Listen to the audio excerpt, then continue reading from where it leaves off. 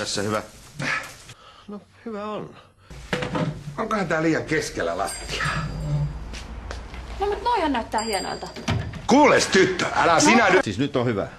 Täydellistä. Neiti on hyvä ja istuu. Hiljaa! Tai muuten mä en vastaa seurauksista. Se on Lasse.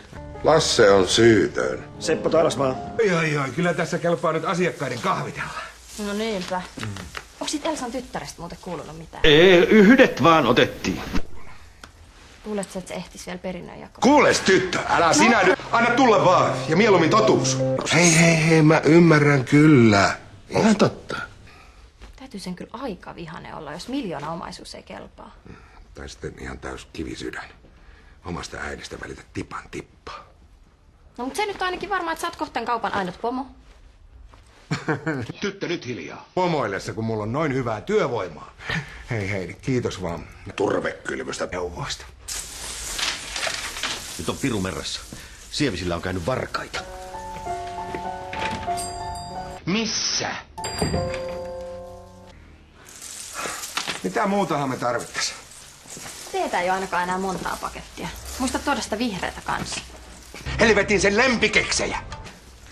Jaa, kun mua mietityttää vaan se Vihleäkadun rikosaalto. Ensin murtaudutaan makuuhuoneeseen Evisille. No toivottavasti meille ei ainakaan murtauduta. Vaikka ei siellä kyllä mitään arvokasta olekaan. Paitsi ehkä ne Tuukan levyt sen mielestä. Hei, eiköhän tää ollut tässä.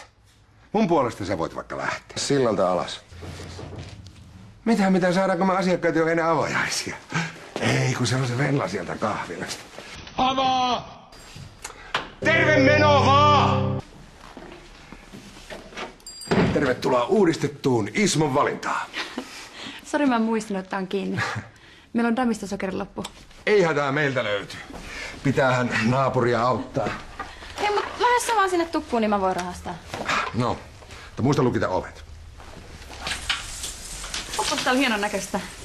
No, tää olikin aikaisemmin ihan hirveä läävä. Sitten Ismo peritään ja remppas koko höskön. Ai minä vai? Ismo sukulaisen putikki. Ei kun jonkun mummelin. Ismo oli se ainut kaveri. Ei sen omaa tytärtä kiinnostanut tulla edes hautajaisiin.